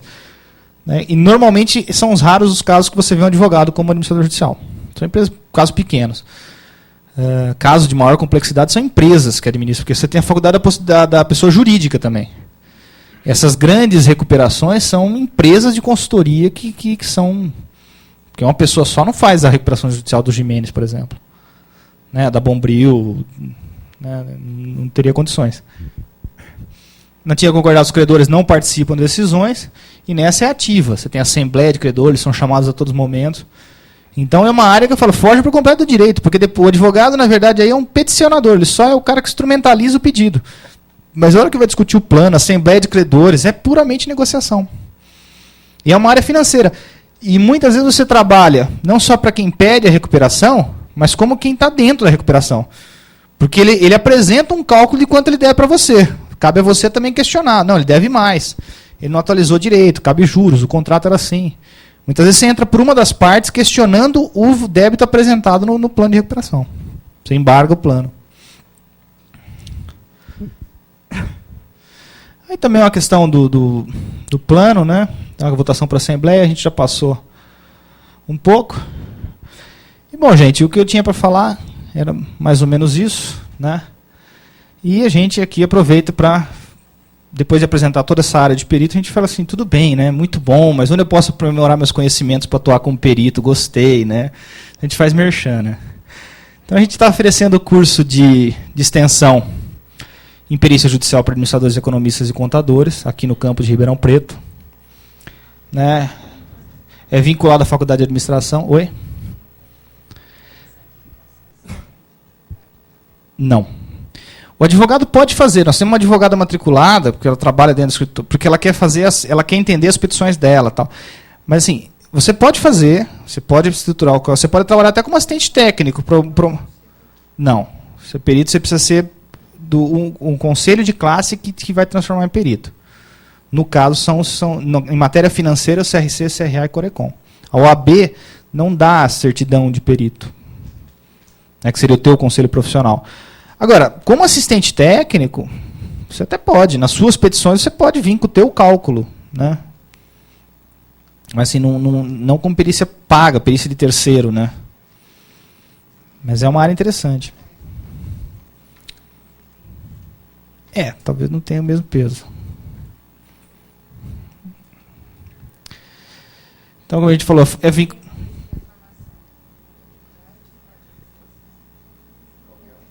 qualquer um dos três, na área financeira, você estaria habilitado. É lógico que tem algumas áreazinhas que só o administrador pode, só o contador pode, mas são áreas pequenas. Isso não daria para ela a capacidade de interpretar melhor a petição na matéria jurídica dela? Sim. Ela pode trabalhar em conjunto com um perito que vai atingir mais rápido essa... É, mesmo porque ela vai entender que um determinado processo tem margem para trabalhar na perícia. Ela vai te dar uma visão mais específica e ampliada, né? Principalmente para tomar ou para trabalhar em parceria com outro colega, mas vai te dar uma visão diferente sobre o processo, né? Você pode trabalhar numa equipe de trabalho.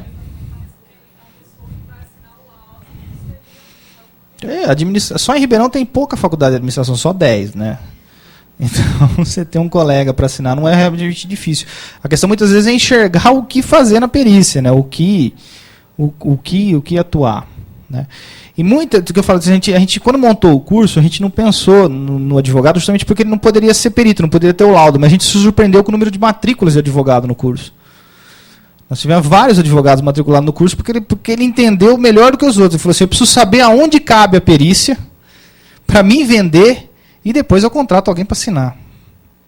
Né? Ou para mesmo efetivamente fazer os cálculos. Mas tem bastante gente se matriculando no curso com essa visão, dele enxergar o mercado da perícia, né? O mercado de ações que demandam perito. Por exemplo, essa ação do ISSQN, por exemplo, assim, sem perícia não tem ação. Se você não tiver a questão do processo de produção descrito, não tem ação. Não tem como advogado peticionar sozinho. E tem uns que estão buscando justamente esse tipo, porque do jeito que tem esse, tem várias questões. Também transporte de estoque, tem várias questões a serem abordadas que envolvem perícia. Então, tem muita gente buscando isso. Eu quero aprender isso para poder vender o produto. Não, está na hora, já estamos terminando aqui, já estamos...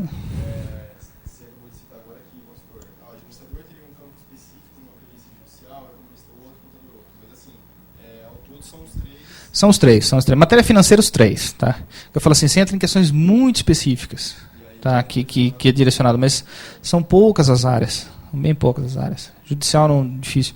Você vai entrar, por exemplo, em questão, por exemplo, de administração hospitalar, alguma coisa nessas questões que, por exemplo, só o administrador pode, o contador em alguns tipos de auditoria específica de balancete, esse tipo de coisa, mas são matérias muito específicas.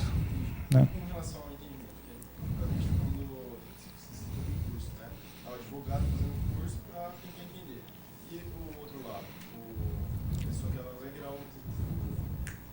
Perito. Sim.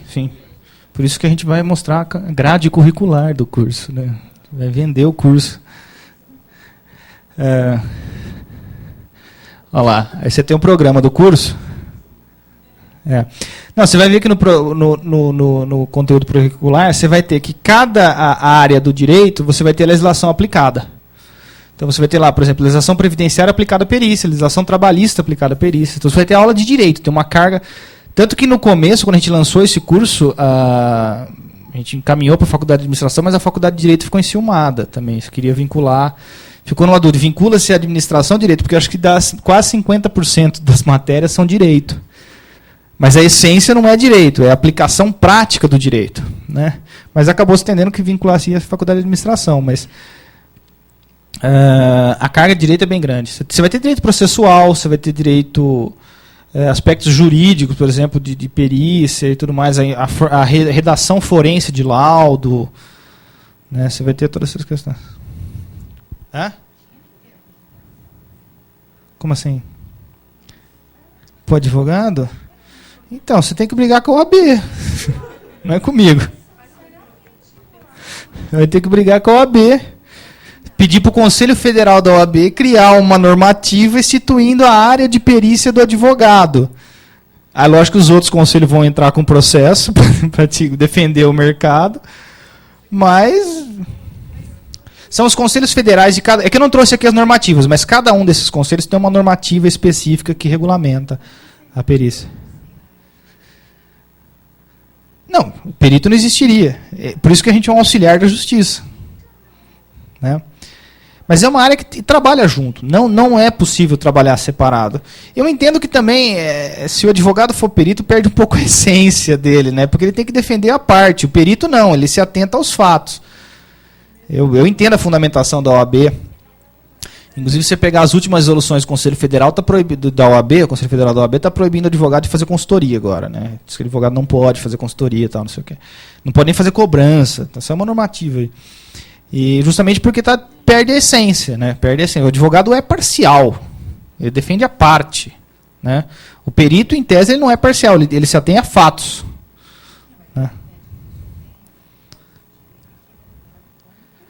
Ah, sim. Mas eu entendo que a OAB, o entendimento da OAB é esse, entendeu? Que o advogado é parcial e ela defende uma profissão parcial. Por isso que ela não criou nenhuma normativa, mas o caminho seria se candidatar ao Conselho Federal, ir para Brasília, convencer os outros 26 estados a te apoiar. Mas infelizmente é isso. Mas assim, é uma área que assim, não te impede de estar pensando nisso, captando clientes.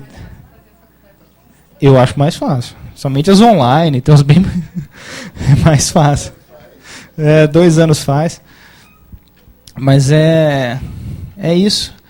E aí nós vamos ter o curso bem completo, vai falar até de planilhas eletrônicas, de Excel, vocês vão aprender a trabalhar esses cálculos, esses laudos. Tá?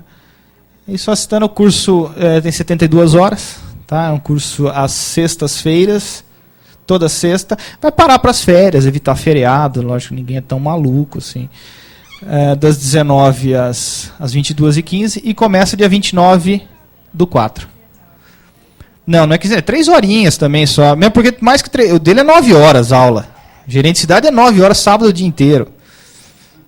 A gente vê a nossa cara que a gente sai. Você precisa vir aqui de sábado ver a cara que a gente sai depois das 9 horas. Né, assim. Então, agora você imagina 9 horas de perícia, 9 horas de matemática financeira. Né? Então não dá, 3 horas é o máximo, por isso que a gente estruturou o curso assim. Tranquilo, pessoal. Era claro que eu tinha que passar esse.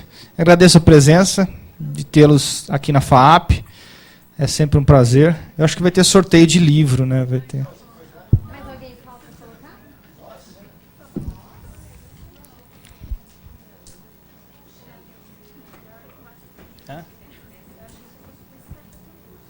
Mas você vai começar dia 29.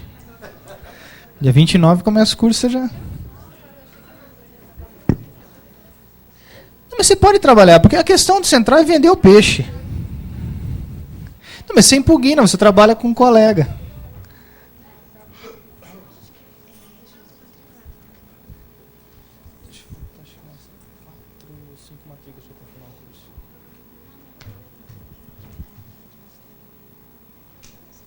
Então só falta 3.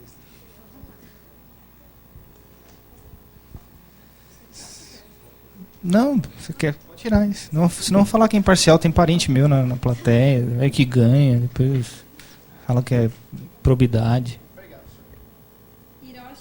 Luigi, você tá vetado, cara. Você já ganhou muita coisa aqui. Né? Você já ganhou muito livro. Você tem a biblioteca inteira da FAP.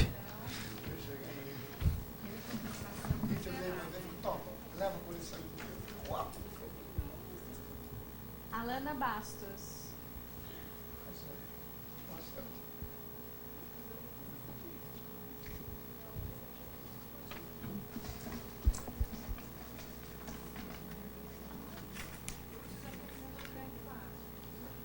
Fica mais volumoso, né? Cláudia Bastos. Um monte de calça.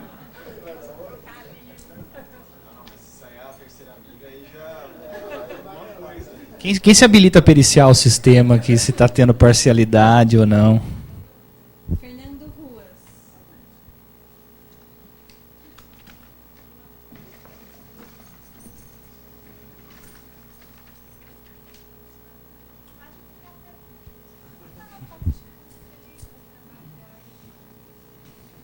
Ó, tem livro do chefe aí, não pode falar mal. Tem livro do Vitor Michalka aqui. Oscar Dias. Não fala mal, fala que você quer humor com qualidade. Aqui é melhor, assim. Vai que você, depois você vai pedir desconto. Isabel Berres.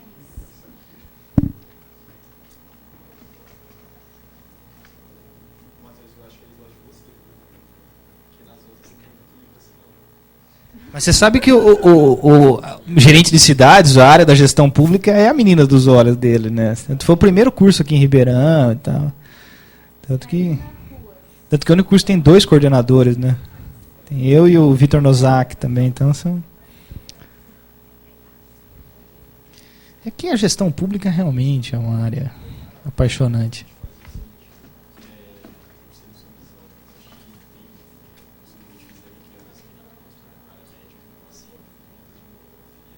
Célia. Eu acho que é. É isso mesmo.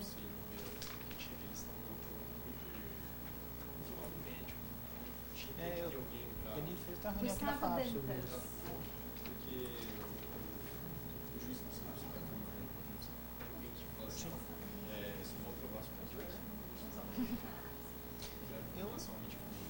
Eu acho que a área da perícia vai crescer como um todo. Cada vez Maria Inês mais Calabrese. o conhecimento do direito não é suficiente para discutir. Eu acho que não, e a complexidade, por exemplo, na área médica cada vez maior, na área, por exemplo, química, Natália então hoje você Diniz. vê, por exemplo, na esfera trabalhista, cada vez mais. A Lei Ardor, você precisa de fisioterapeuta para discutir se é ou se não é. É isso porque eu já tenho coleção inteira. Não estou menosprezando. É que eu disse que já a coleção inteira de uma vez. Toma, vou deixar a coleção inteira. Dá oportunidade. Então, Mário Donizete Júnior. Que não está aqui. Mauro, embora. Não, Mauro. Tá vendo? Lê que é bom, viu? Valeu. Não é porque é o chefe.